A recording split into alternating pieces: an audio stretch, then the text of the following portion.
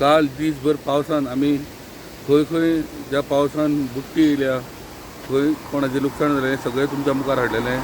त्याच प्रमाणे आयज मातसो पावस कमी आसा, पण तरी आसतना आयज हो खांडेपारचो ब्रीज, ओल्ड ब्रीज, ह्या ब्रिजार तुम्ही पळोवपाक शकता उदकाचें लेवल खंय पर्यंत पावला तें.